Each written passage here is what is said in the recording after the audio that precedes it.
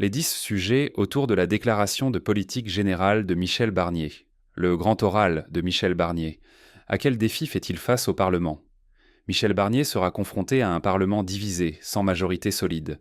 Le plus grand défi sera d'équilibrer les attentes des différents groupes politiques qui exigent de la clarté sur son programme et sur la manière dont il compte financer les réformes, en particulier dans un scénario de crise économique et sociale.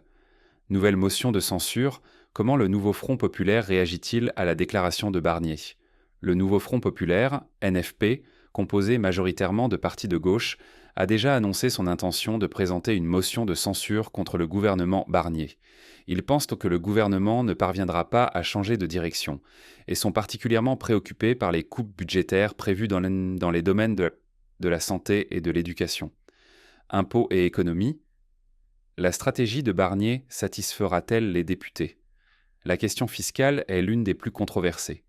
Alors que Barnier promet de réduire les dépenses publiques et de récupérer des milliards d'épargne, il doit faire face à une forte opposition de la part des députés qui n'acceptent pas une augmentation des impôts sur la classe ouvrière. Cependant, on s'attend à ce qu'il augmente les impôts des grandes entreprises et des salariés à revenus élevés. L'état de droit est-il en danger? La polémique des propos de Bruno Retailleau. Les propos de Bruno Retailleau, ministre de l'Intérieur, selon lesquels l'état de droit n'est pas intangible, ont suscité des inquiétudes au sein du Parlement, y compris de la coalition gouvernementale.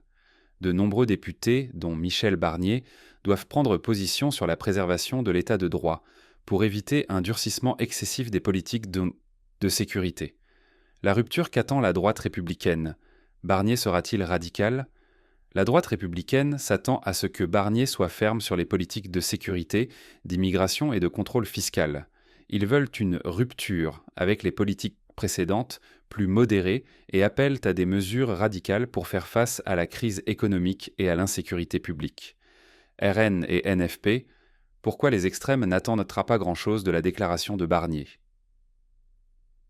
Le Rassemblement national, RN, et le Nouveau Front populaire attendent de peu de la déclaration de Barnier.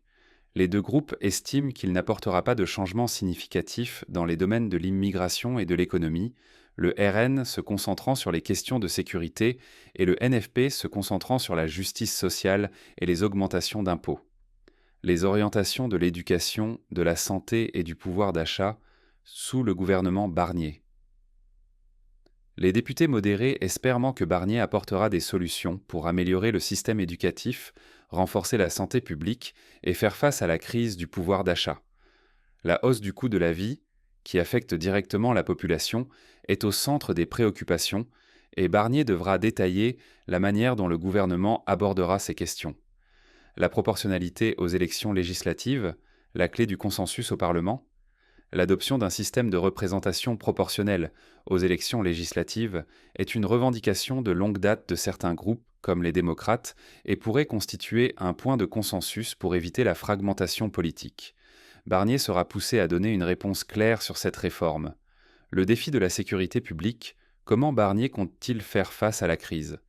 Avec l'augmentation de la criminalité et les tensions sociales, la sécurité publique sera un point crucial du discours de Barnier.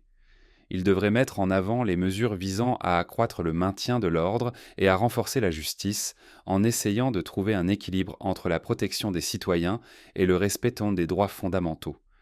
Le débat sur la charge fiscale, comment Barnier envisage-t-il de réduire les dépenses publiques, et des dépenses publiques?